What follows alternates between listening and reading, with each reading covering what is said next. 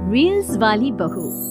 प्रज्ञा को रील्स बनाने का बड़ा ही क्रेज है और वो दिन भर रील्स बनाती रहती है। खाते पीते घूमते फिरते घर में कॉलेज में रील्स बनाने के कारण प्रज्ञा पूरे कॉलेज में हाईलाइटेड है।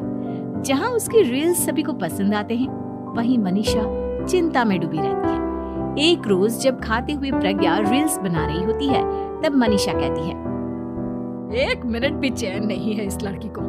ये नहीं कि खाना तो आराम से खा ले, लेकिन नहीं, अरे थोड़ी देर रील्स नहीं बनाओगी तो आसमान नहीं टूट पड़ेगा। अरे मम्मी, इसी को तो कहते हैं डिटर्मिनेशन।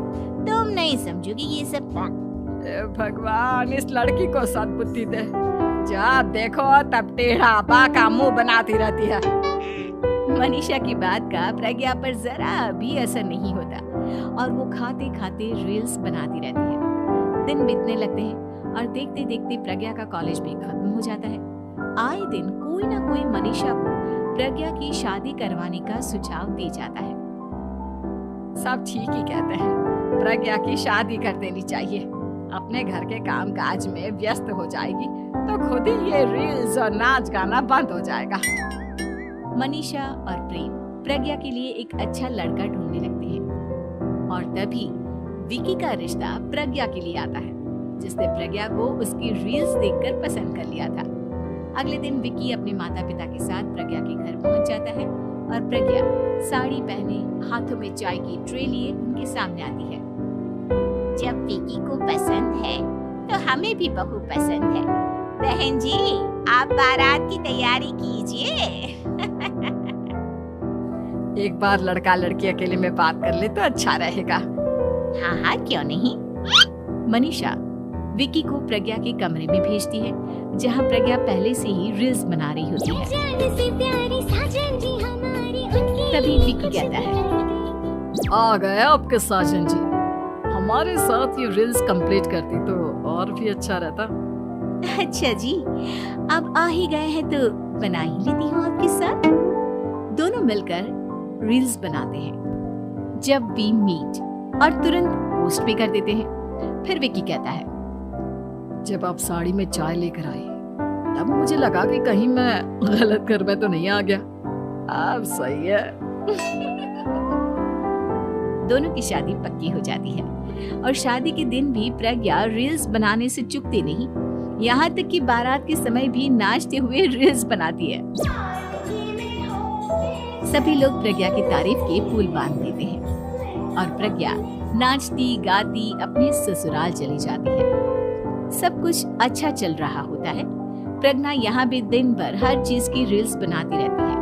लेकिन कुछ दिनों के बाद जब सुनीता कहती है, बहू, ये रील्स के साथ साथ कुछ काम भी कर लिया करो। वैसे तुझे और क्या क्या बनाना आता है? मम्मी जी, वैसे तो सब कहते हैं कि मैं सब कुछ अच्छा बनाती हूँ, लेकिन मुझे लगता है कि मैगी अच्छा बना लेती हूँ। हाँ, कॉफी भी अच्छा बना लेती हूँ और मुंह तो सबसे अच्छा बना लेती हूँ। अच्छा। सुनीता अपना माथा पकड़ लेती है और कहती है, बहू, कुछ खाना बनाना भी सीख लेती। मम्मी जी, मैं लंबी प्लानिंग कर रही हूँ। जल्दी ही मैं इतनी फेमस हो जाऊंगी कि मुझे पैसे मिलने लगेंगे। हम दोनों सास बहू राज करेंगे, राज। नौकर काम करेंगी और लोगों की तो लाइन लगेगी हमसे मिलने के लिए। तेरा दिमाग खराब हो गया है क्या बहू? हंसी मजाक तक ठीक है, लेकिन इस तरह घर नहीं चलते। जितना जल्दी हो इस घर के तौर तरीकों को सीख लो। प्रज्ञा मुंह घुमाकर चली जाती है और तुरंत उसी वक्त एक रील बनाती है। ये देख सुनीता का गुस्सा 7वें आसमान पर चला जाता है और विकी के घर आती ही सुनीता उसे सब कुछ बताती है। विकी भी अब प्रज्ञा की इन हरकतों से परेशान हो जाता है। तुम टेंशन मत लो मम्मा, मैं देख लूंगा। विकी कमरे में जाता है तो देखता है कि प्रज्ञा रील्स बना रही है।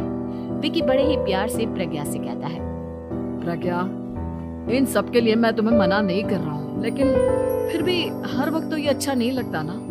समझने की कोशिश करो, मुझे भी तुम्हारा थोड़ा वक्त चाहिए। मैं जब ऑफिस से आता हूँ तो मुझे समय देने की जगह इसी में लगे रहते हो। तुम ज्यादा ही सोच रहे हो। तुम भी मेरे साथ रील्स बनाओ ना, तुम्हें भी बहुत अच्छा लगेगा। तुम्हें इज्जत से कोई बात समझ में नहीं आती क्या? दिमाग खराब हो गया है तुम्हारा इस चकाचौंध से। अगर तुमने अपना रवैया नहीं बदला तो मैं तुमसे दूर चला जाऊंगा। तुम ही रिश्ता लेकर आए थे, मुझे लड़कों की कमी नहीं थी और ना आज है। विकी दरवाजा पटक कर चला जाता है। धीरे धीरे विकी प्रज्ञा से दूर होता जाता है। एक रोज मनीषा प्रज्ञा के ससुराल उससे मिलने जाती है। तब सुनीता उससे कहती है, बहन जी, अब आई हैं तो कुछ दिन यहाँ रहकर जाइएगा, आप ही का घर है। हाँ मम्मी, बहुत दिन हो गए तुम्हारे साथ एक भी रील नहीं बनाई मैंने। प्रज्ञा तुरंत अपने फोन में रील्स ऑन कर लेती है। ये सब मुझसे नहीं होगा। तेरा ये भूत अभी तक नहीं उतरा क्या? बहन जी, आप कुछ कहती नहीं क्या इसे? जब आप ही कुछ नहीं कर पाई तो मैं कर ही क्या सकती हूँ। सास तो वैसी ही बदनाम है। शाम को घर की लाइट चली जाती है और मनीषा प्रज्ञा से कहती है, मेरे घुटनों में बहुत दर्द हो रहा है, तू लाइट का कुछ इंतजाम करना बेटा। अच्छा, कैंडल जला देती हूँ मम्मा। प्रज्ञा गाते हुए कैंडल जलाती है और खिड़की के पर्दे के पास रख देती है। मनीषा, जिसे बहुत दर्द हो रहा है, वो सो जाती है और प्रज्ञा हमेशा की तरह अपनी रील्स में लग जाती है। उधर कैंडल की वजह से पर्दा आग पकड़ लेता है और मनीषा के कमरे में आग लग जाती है। बचाओ, कोई है, बचाओ। सभी भागते हैं और विकी कमरे की आग बुझाने में लग जाता है, लेकिन तब तक मनीषा आधी जल चुकी थी। मनीषा की हालत देख प्रज्ञा रोने लगती है। विकी मनीषा को तुरंत हॉस्पिटल ले जाता है और उसे एडमिट कराता है। विकी प्रज्ञा से कहता है, देख लिया ना, तुम्हारे इस नाच गाने की वजह से आज तुम्हारी माँ की जान जाते जाते रह गई। अब पता नहीं तुम और क्या चाहती हो। उधर डॉक्टर कहते हैं, इनकी हालत बहुत नाजुक है, आधे से ज्यादा जल चुकी है। प्रज्ञा रोती हुई मंदिर में जाती है और भगवान के आगे जाकर कहती है, भगवान, मेरी माँ को ठीक कर दो। मैं कसम खाती हूँ, हाथ से ये रील्स बनाना छोड़ दूंगी, बस मुझे मेरी माँ वापस मिल जाए। 2 दिन बीत जाते हैं और मनीषा खतरे से बाहर आ जाती है। पेशेंट अब ठीक है, आप लोग उनसे मिल सकते हो। सब कोई मनीषा से मिलता है और प्रज्ञा सबके सामने अपना फोन तोड़ देती है।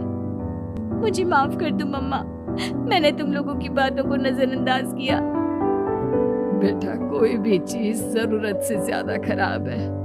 मैंने तुम्हें रील्स बनाने से कभी मना नहीं किया, लेकिन हर वक्त एक ही चीज तो सही नहीं है। मैं समझ गई हूँ मम्मा, आई एम सॉरी। प्रज्ञा उस दिन से रील्स बनाना छोड़ देती है और पूरी तरह से अपने घर में लग जाती है।